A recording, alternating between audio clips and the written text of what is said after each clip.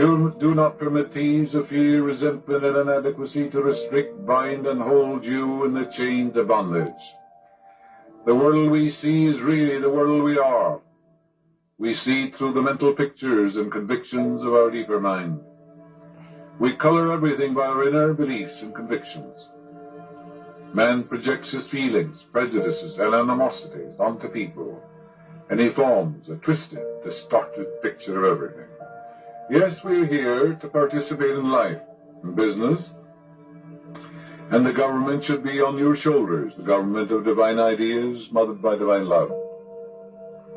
Imagine a government in Sacramento governed by thugs and murderers and gangsters, you wouldn't have it, would you?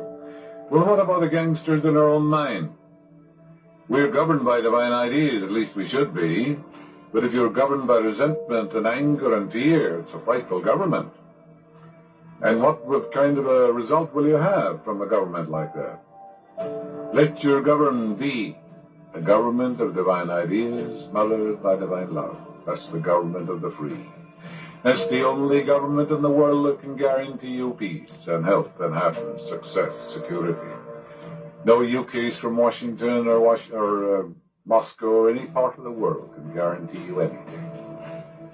And you give these things to yourself. No government can guarantee you peace or health or love or anything.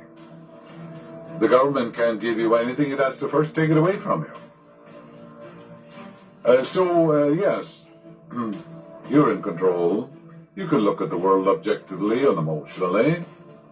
And what the other person writes, the newscaster, shouldn't disturb you. You say, I don't agree with him. I think everything he says is false. That's your attitude of mind, but you don't let him say, look, you're suffering from insomnia, you better have these tablets tonight. Are you going to run out and get some tablets because he said you may have trouble sleeping? Then you're hypnotized and mesmerized. You can say, look, I sleep in peace, I wake in joy. He has no power to make you buy sleeping tablets.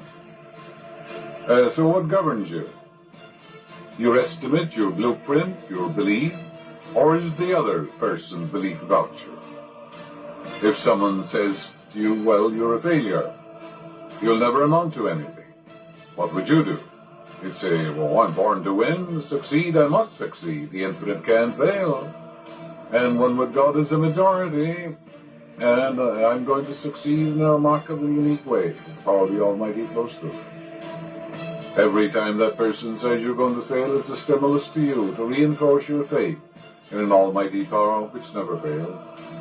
In other words, we have to wake up and stop blaming people. Stop blaming conditions. No one to blame but myself. I realize there's one creative power. That power is in you. The other person doesn't control you, and the power isn't in the other person to manipulate you except you permit it. Is your mother-in-law or father-in-law or some other in-law or outlaw or somebody governing your mind? Or are you governing your own mind? Do you pray in the morning and saturate your mind with eternal truths? Do you say, God is my guide, my boss, my way-shower, my counselor, the source of my supply? My expectation is from Him who giveth to all life, breath, and all things. So realize the creative power is in you. You're not subject to the other person's thought. Respect your own thought. In the beginning was the Word was with God, and the Word was God. The Word is the thought expressed. It was God, meaning it's creative. It's divine.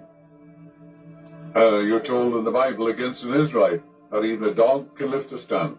An Israelite is not a race of people. It's simply any man or woman who realizes the God-present, living Spirit Almighty is God, and realize it's sovereign and supreme, and that your thought is sovereign. You recognize the sovereignty of the Spirit and the regency of your thought. Then you're called an Israelite. The thought about you has no power until it becomes your thought and you accept it.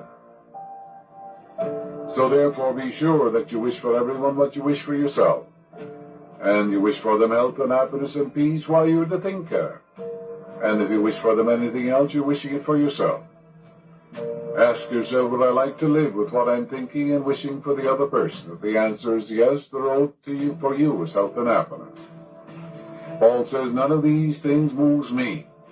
This doesn't mean that you're cold or callous at all, or indifferent. No. You understand. To understand all is to forgive all. You don't, as Marcus Aurelius said, where there's no opinion, there's no suffering. Where there's no judgment, there's no pain.